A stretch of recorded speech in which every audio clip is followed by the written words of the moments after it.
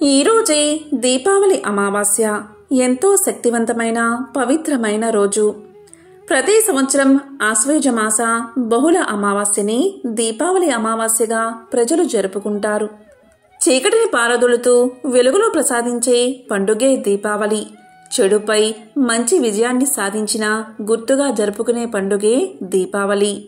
దీపాల వరసే దీపావళి. మరి ఎంతో పవిత్రమైన విశేషమైన ఈ రోజు ఈ కథను విన్నా, చదివినా, చెప్పినా, వినిపించినా సకల శుభాలు కలుగుతాయి. జన్మల దోషాలు తొలగి కోటి జన్మల పుణ్యం వస్తుంది. మరి ఆ కథ ఏంటో ఇప్పుడు ఈ వీడియోలో తెలుసుకుందాం. ఒకానొకప్పుడు కాశీ క్షేత్రంలో ఒక రోడ్డు పక్కగా రామశాస్త్రి, సీతమ్మ అనే దంపతులు కాపురం చేస్తూ ఉండేవారు. చుట్టుపక్కల కొన్ని మైళ్ళ దూరంలో ఉన్న గ్రామాలకు వెళ్లి భిక్షాటన చేసి రామశాస్త్రి తెచ్చిన బియ్యంతో వారు జీవిస్తూ ఉండేవారు. సీతమ్మ గయ్యాలి, కాని దానశీలత కలది. దారిన పోయే యాత్రికులకు ఏవైపు చూసినా 4 మైళ్ళ దూరంలో ఎలాంటి సత్రమూ లేదు. ఈ బ్రాహ్మణ గృహంలో వారు భోజనం అడిగి తింటూ ఉండేవారు. ఉన్నంతలో సీతమ్మ అడిగిన వారికి లేదనకుండా ఆతిథ్యమిచ్చి అన్నం పెట్టేది. ఇలా ఏ రోజు తెచ్చిన బియ్యం ఆ రోజే ఖర్చయిపోతూ ఉంటే రామశాస్త్రికి ఎంతో కష్టంగా ఉన్నా భార్య నోటికి భయపడి మౌనంగా ఉండేవాడు. ఇంతలో రామశాస్త్రి తన అన్నగారు ప్రాణాపాయ స్థితిలో ఉన్న వార్త తెలుసుకుని కొన్ని అటుకులు మూట కట్టుకుని రామశాస్త్రి ప్రయాణమై 2 రోజులకు సగం దూరం మాత్రం నడవగలిగాడు. తెచ్చిన అటుకులు మొదటి రోజే ఖర్చయిపోయాయి. ఇక 2వ రోజు ఏమీ తినకుండా ప్రయాణం చేశాడు. ఇక 3వ రోజు మధ్యాహ్నం వేళకు ఎలాగోలాగా నడవగలిగాడు. రామశాస్త్రికి ఆకలి అధికంగా ఉండి ఎండ బాగా కాస్తుండటంతో ఒక్క అడుగు కూడా వేయలేకపోయాడు. దీంతో రామశాస్త్రి ఒక చెట్టు కింద చతికిలబడిపోయాడు. రామశాస్త్రి యొక్క అవస్థ చూసిన ఒక కోయవాడు జాలిపడి తన గుడిసెకు తీసుకుపోయి గుడిసెలో ఉన్న అన్నాన్ని పెట్టాడు. ఇంతలో కోయవాని భార్య వచ్చి సంగతి తెలుసుకుని తనకు అన్నం లేకుండా చేశాడని భర్తతో తగాదా పెట్టుకుంది. ఆ తగాదా కాస్త పెద్ద కొట్లాటగా మారి కోయవాని భార్య ఒక చురకత్తిని గబగబా తీసి కోయవాని గొంతులో పొడిచి పారిపోతూ ఉండగా కోయవాడు ఆమెపై ఒక బల్లాన్ని విసిరాడు. ఆ కోయ దంపతులు అక్కడికక్కడే గాయపడి గిలగిలా తన్నుకుని రామశాస్త్రి ఎదురుగానే చనిపోయారు. ఇదంతా చూసిన రామశాస్త్రి తనకి ఏమి ప్రమాదం వస్తుందో అని తన దారిన తాను వెళ్ళిపోయాడు. కాని వారి మరణానికి తాను కారణమయ్యానని కళ్ళ వెంట నీళ్లు కారుస్తూ మహా దుఃఖంతో నడక సాగిస్తున్నాడు.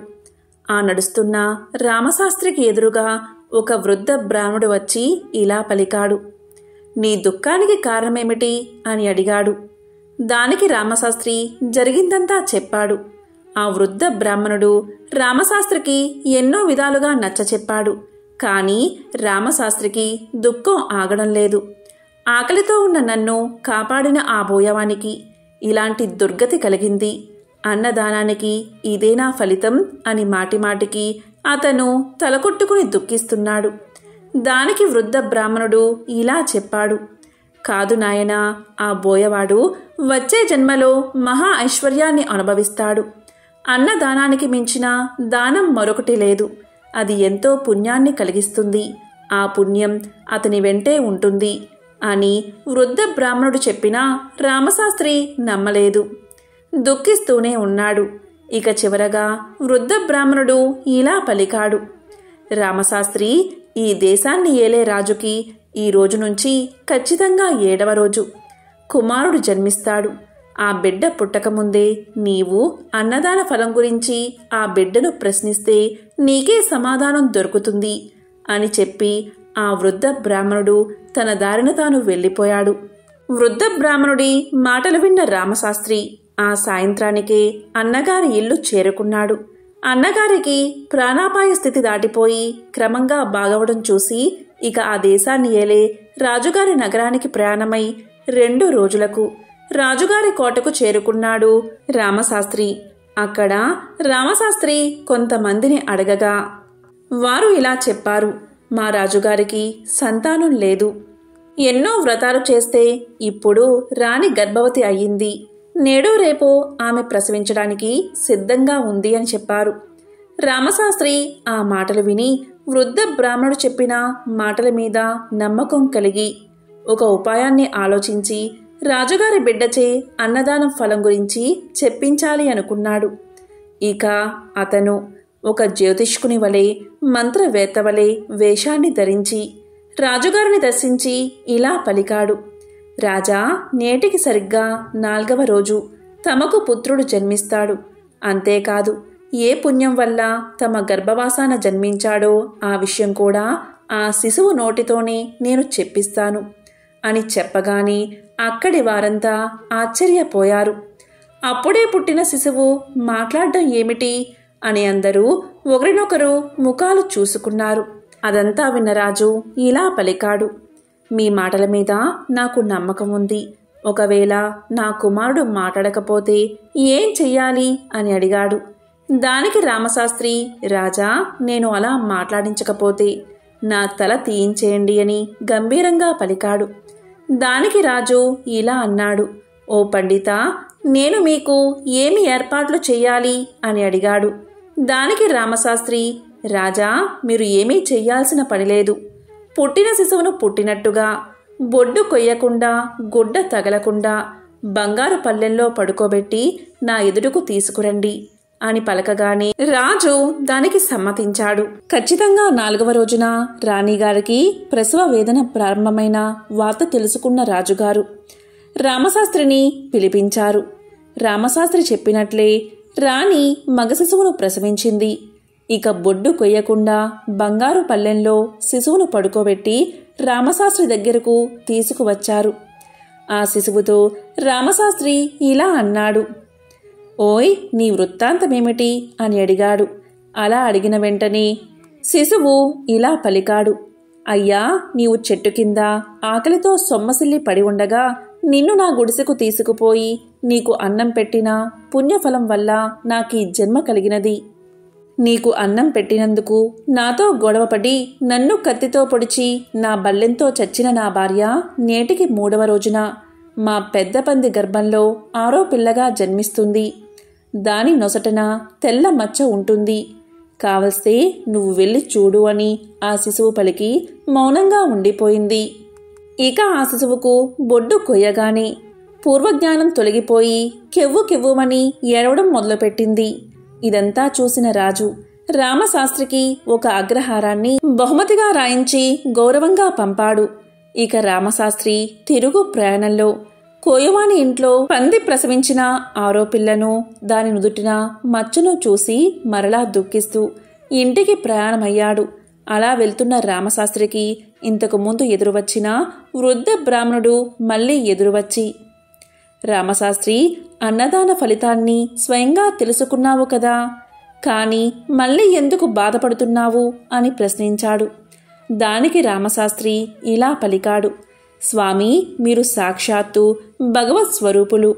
నేను బిచ్చమెత్తి తెచ్చుకున్న బియ్యంతో నా భార్య నిత్యం అన్నదానం చేస్తుంది.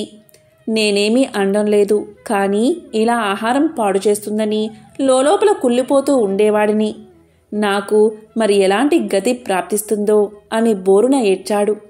దానికి వృద్ధ బ్రాహ్మణుడు ఇలా అన్నాడు. నాయనా, దుఃఖించకు. నీ చేతులారా దాన ధర్మాలు చేయకపోయినా నీవు తెచ్చిన బియ్యాన్ని నీ భార్య అన్నదానం చేస్తుంది. నీ భార్య అన్నదానం చేయడం వల్ల ఆ దానఫలం నీకు కూడా వస్తుంది. కాబట్టే రాజుగారు నీకు అగ్రహారాన్ని బహుకరించారు. ఇక నుండి నీకు వచ్చే సంపాదనతో దాన ధర్మాలు అన్నదానం చేస్తే నీకంతా మేలే జరుగుతుందని చెప్పి వృద్ధ బ్రాహ్మణుడు వెళ్ళిపోయాడు. ఇదంతా విన్న రామశాస్త్రి ఎంతో ఆనందంతో ఇంటికి వెళ్లి భార్యకు జరిగింది చెప్పి భార్యను అగ్రహారానికి తీసుకువెళ్లి దాన ధర్మాలు చేస్తూ అన్నదానం చేస్తూ ఆనందంగా జీవించారు. కాబట్టి అన్నదానం అంత గొప్పది. అదేవిధంగా ఈ పండుగ శుభవేళ ఆ మహాశివుణ్ణి పూజించడం వల్ల సకల శుభాలు కలుగుతాయి. అందుకే కేదారేశ్వర వ్రతాన్ని ఆచరించడం సాంప్రదాయంగా వస్తుంది. ఇది ఆ మహాశివుడికి ప్రీతికరమైన వ్రతం. ఈ వ్రతాన్ని భక్తి శ్రద్ధలతో ఆచరిస్తే సిరి సంపదలు సర్వశుభాలు కలుగుతాయని పురాణాలు చెబుతున్నాయి. ఈ వ్రతాన్ని సాక్షాత్తు పార్వతీదేవి ఆచరించి ఆ మహాశివుడిలో సగభాగాన్ని పొందింది. అంతటి పవిత్రమైనది కేదారేశ్వర వ్రతం. మరి ఆ వ్రత కథ ఏంటో ఇప్పుడు ఈ వీడియోలో తెలుసుకుందాం. శ్రీ కేదారేశ్వర వ్రత కథ. పూర్వం ఒకసారి సూత పౌరాణికుడు శౌనకాది మహర్షులు చూసి ఇలా పలికాడు: ఓ ఋషిపుంగవులారా, మానవులకు సర్వ సౌభాగ్యాలు కలుగజేసేది పార్వతీదేవిచే సాంబశివుని శరీరార్థం ఆచరించబడినది అయిన కేదారేశ్వర వ్రతము అనే ఒక వ్రతమున్నది. ఆ వ్రత విధానాన్ని నేను మీకు వివరిస్తాను. ఈ వ్రతాన్ని బ్రాహ్మణ, క్షత్రియ, వైశ్య, శూద్రాదులు ఆచరించవచ్చు. ఈ వ్రతాన్ని 21 సార్లు ఆచరించిన వారు సకల సంపదలను అనుభవించి చివరకు శివ సాయుధ్యాన్ని చేరుకుంటారు. ఓ మునిశ్రేష్ఠులారా, ఈ వ్రత మహత్యాన్ని మీకు నేను వివరిస్తాను. శ్రద్ధగా వినండి అంటూ సూతుడు శౌనకాది మహామునులకు ఇలా చెప్పడం మొదలుపెట్టాడు. పరమేశ్వరుని అర్ధాంగి పార్వతి తన పతి శరీరంలో అర్ధభాగం పొందే నిమిత్తం చేసిన వ్రతమే ఈ కేదారేశ్వర వ్రతం. ఒకసారి శివుడు పార్వతీ సమేతుడై కైలాసంలో నిండు సభలో కూర్చుని ఉన్నాడు. సిద్ధ, సాధ్య, కింపురుష, యక్ష, గంధర్వులు శివుణ్ణి సేవిస్తున్నారు. దేవముని గణములు శివుణ్ణి స్తుతిస్తున్నారు. ఋషులు, మునులు, అగ్ని, వాయువు, వర్ణుడు, సూర్య, చంద్రులు, తారలు, గ్రహాలు, ప్రమద గణాలు, కుమారస్వామి, వినాయకుడు, వీరభద్రుడు, నందీశ్వరుడు సభలో ఉపవిష్టులై ఉన్నారు. నారద తుంబురాదులు శివలీలలను గానం చేస్తున్నారు. రసాల, సాల, తమాల, వకుల, నరికేల, చందన, పనస, జంబూ వృక్షాలతోనూ, చంపక, పున్నాగ, పారిజాతి పుష్పాలతోనూ, మణిమయ మకుట కాంతులతో, చెలువొందు నదీనద పర్వతములతోనూ చతుర్దశ భువనాలు పులకిస్తున్నాయి. అలాంటి ఆనంద కోలాహలములో భృంగరటి అనబడే శివభక్త శ్రేష్ఠుడు ఆనంద పులకితుడై నాట్యం చేయడం మొదలుపెట్టాడు. అతడు వినోద సంభరితములైన నాట్య గతులతో సభాసదులను శివుణ్ణి మెప్పిస్తూ ఉన్నాడు. శివుడు అతన్ని అభినందించి సింహాసనంపై ఉన్న పార్వతిని విడిచి సింహాసనం నుండి లేచి భృంగరటిని తన అమృత హస్తంతో తట్టి ఆశీర్వదించాడు. అదే అదనులో భృంగి మొదలైన వంది మాగాదులు శివునికి ప్రదక్షిణం చేసి నమస్కారం చేశారు. ఇది గమనించిన పార్వతీదేవి భర్తను చేరి ఇలా పలికింది: నాదా, నన్ను విడిచి మీకు మాత్రమే వీరెలా నమస్కారం చేశారు? ఆటపాటలతో మిమ్మల్ని మెప్పించి మీ నుండి నన్ను వేరు చేసి ఇలా ఎందుకు చేశారు అని ప్రశ్నించింది. అప్పుడు సదాశివుడు సతీమణి పార్వతిని సందిటకు తీసుకుని ఇలా అన్నాడు: దేవి, పరమార్థ విధులైన యోగులు నీ వల్ల ప్రయోజనం కలుగజేయవని నిన్ను ఇలా ఉపేక్షించి నాకు మాత్రమే నమస్కారం చేశారు అని జవాబు చెప్పాడు. సాక్షాత్తు పరమేశ్వరుణ్ణి ఇల్లాలనై ఉండి ఆ దండ ప్రణామాలకు నోచుకొని అయోగ్యురాలని అని కోపగించుకుని ఈశ్వరునితో సమానమైన యోగ్యతను ఆర్జించడం కోసం తపస్సు చెయ్యాలని నిశ్చయించుకుంది పార్వతీదేవి. దీంతో కైలాసాన్ని వదిలిపెట్టి శరభ, శార్దూల, గజములు కల నాగ, గరుడ, చకబాక పక్ష సముదాయంతో నానావిధ ఫల పుష్పతరుల తాదులతో కూడుకుని ఉన్న సస్యశ్యామలమైనటువంటి గౌతమ ఆశ్రమానికి వచ్చింది పార్వతీదేవి. ఆశ్రమవాసులు ఆమెను చూసి అతిథి మర్యాదలు చేసి, తల్లి, నీవెవరివి, ఎవరి దానవు, ఎక్కడి నుండి వచ్చావు, నీ రాకకు గల ఆగత్యమేమిటి అని పార్వతిని ప్రశ్నించారు. వారి ప్రశ్నలకు పార్వతీదేవి మిక్కిలి ఆనందించినదై యజ్ఞ యాగాది క్రతువులచే పునీతమైన గౌతమముని ఆశ్రమంలో నియమనిష్టా గరిష్ఠులై అలరారు ఓ పుణ్యపురుషులారా, పవిత్రాంగణలారా, నేను హిమవంతుని పుత్రికను, సాక్షాత్తు పరమేశ్వరుడి ఇల్లాలిని. శివుని సతిగా నా నాదునితో సమానమైన యోగ్యతను పొందగోరి తపస్సు చెయ్యాలని సంకల్పం చేసుకున్నాను. దీనికోసమే మీ ఆశ్రమానికి వచ్చాను అని సమాధానం చెప్పింది పార్వతీదేవి. ఇంకా ఇలా పలికింది: మహర్షులారా, జగత్ కళ్యాణాభిలాషులారా, నేను ఆశించిన ఫలాన్ని పొంది శివుని అర్ధాంగినై తరించడానికి తగిన వ్రతాన్ని నాకు ఉపదేశించండి అని పార్వతి వారిని కోరుకుంది. అందుకు గౌతముడు ఇలా పలికాడు: అమ్మా పార్వతి, ఈప్సితార్థదాయకమైన ఉత్తమ వ్రతం ఒకటి ఉంది. అది కేదారేశ్వర వ్రతం. నీవు ఆ వ్రతాన్ని ఆచరించి మనోభీష్ట సిద్ధిని పొందవలసింది అన్నాడు గౌతముడు. ఇక వ్రత విధానం. వ్రత విధానాన్ని వివరించమని పార్వతీదేవి గౌతముణ్ణి కోరుకుంది. అప్పుడు గౌతముడు ఇలా చెప్పసాగాడు. ఓ జగజ్జనని, ఈ వ్రతాన్ని భాద్రపద మాసంలో శుక్ల అష్టమిలో ఆచరించాలి. ఆ రోజున శుచిగా స్నానాదులు ఆచరించి నిర్మలమైన మనస్సుతో మంగళకరములైన ఏక విసంతి దారముతో చేతికి తోరాన్ని ధరించి షోడశోపచార విధులతో పూజను నిర్వహించి ఆ రోజున ఉపవాసం ఉండాలి. మర్నాడు విప్రులకు భోజనం పెట్టి ఆ తరువాత ఆహారాన్ని తీసుకోవాలి. ఇలా వ్రతాన్ని ఆరంభించిన రోజు నుండి అమావాస్య వరకు పూజాక్రమంతో కేదారేశ్వరుణ్ణి ఆరాధించాలి. ఇంకా ధాన్య రాశిని పోసి అందులో పూర్ణ కుంభాన్ని ఉంచి 21 పర్యాయములు సూత్రాన్ని చుట్టి పట్టు వస్త్రాలతో దాన్ని కప్పి ఉంచి నవరత్నాలు కాని సువర్ణాన్ని కాని ఉంచి గంధ పుష్ప అక్షింతలతో పూజించాలి. ఓ దేవి, 21 మంది బ్రాహ్మణులు రప్పించి వారి పాదాలు కడిగి కూర్చుండబెట్టి యథావిధిగా ధూప దీప గంధ పుష్ప అక్షింతలతో పూజించి భక్ష్య భోజ్య నైవేద్యాదులు కదలీ ఫలాలు పనసలు ఆరగింపచేసి దాంబూల దక్షిణ ఇచ్చి వారిని తృప్తిపరచాలి. ఈ విధంగా వ్రతం ఆచరించిన వారిని శివుడు అనుగ్రహించి మనోభీష్ట సిద్ధిని కలుగజేస్తాడు అని గౌతముడు పార్వతికి వివరించాడు. గౌతమ మహర్షి చెప్పిన విధి విధానాలు అనుసరించి పార్వతి కేదారేశ్వర వ్రతాన్ని నిష్ఠగా భక్తితో చేసింది. దీనికి పరమేశ్వరుడు సంతోషపడి ఆమె అభిష్టానుసారం తన మేనులో సగభాగాన్ని పార్వతికి అనుగ్రహించాడు. అప్పుడు జగదాంబ ఎంతో సంతోషంతో భర్తతో నిజ నివాసమైన కైలాసానికి చేరుకుంది. కొంతకాలానికి శివభక్త పరాయణుడైన చిత్రాంగదుడు అనే గంధర్వుడు నందికేశ్వరుడి వల్ల కేదారేశ్వర వ్రతాన్ని విని దాని మహత్తును విన్నవాడై మనుష్యలోకానికి దానిని వెల్లడి చెయ్యాలి అనుకుని దివి నుండి భువికి చేరుకుని ఉజ్జయిని నగరంలో ప్రవేశించి ఆ నగరాన్ని పరిపాలిస్తున్న రాజు వజ్రదంతుడికి కేదార వ్రత విధానాన్ని వివరించాడు. వజ్రదంతుడు ఆ వ్రతాన్ని ఆచరించి శివానుగ్రహంతో సార్వభౌముడు అయ్యాడు. ఉజ్జయిని నగరంలో ఒక వైశ్యుడు ఉండేవాడు. అతనికి పుణ్యవతి భాగ్యవతి అనే 2 కుమార్తెలు. వారు ఒకరోజు తండ్రిని చేరి, జనక, మాకు కేదార వ్రతం చేయడానికి అనుమతి ఇవ్వండి అని అడిగారు. అందుకు అతను ఇలా పలికాడు. బిడ్డలారా, నేను దరిద్రుణ్ణి, సామాగ్రులను కూడా సమకూర్చలేని వాడిని. మీరా ఆలోచన మానుకోండి అని పలికాడు. అందుక వైశ్యపుత్రికలు ఇలా పలికారు. ఓ తండ్రి, నీ ఆజ్ఞయే మాకు ధనము, అనుమతిని ఇవ్వు చాలు అని కోరుకున్నారు. తరువాత వారిద్దరూ తండ్రి దగ్గర అనుమతి తీసుకుని ఒక వటవృక్షం కింద కూర్చుని తోరము కట్టుకుని పూజను భక్తితో చేసుకున్నారు. అప్పుడు మహేశ్వరుడు వారికి పూజా సామాగ్రిని అనుగ్రహించాడు. వారు కల్పోక్తముగా వ్రతాన్ని ఆచరించారు. దానికి శివుడు సాక్షాత్కరించి వారికి ఐశ్వర్యాలను సుందర రూపాలను ప్రసాదించి అంతర్ధానమయ్యాడు. ఆ వైశ్యపుత్రికలకు యుక్త వయసు వచ్చింది.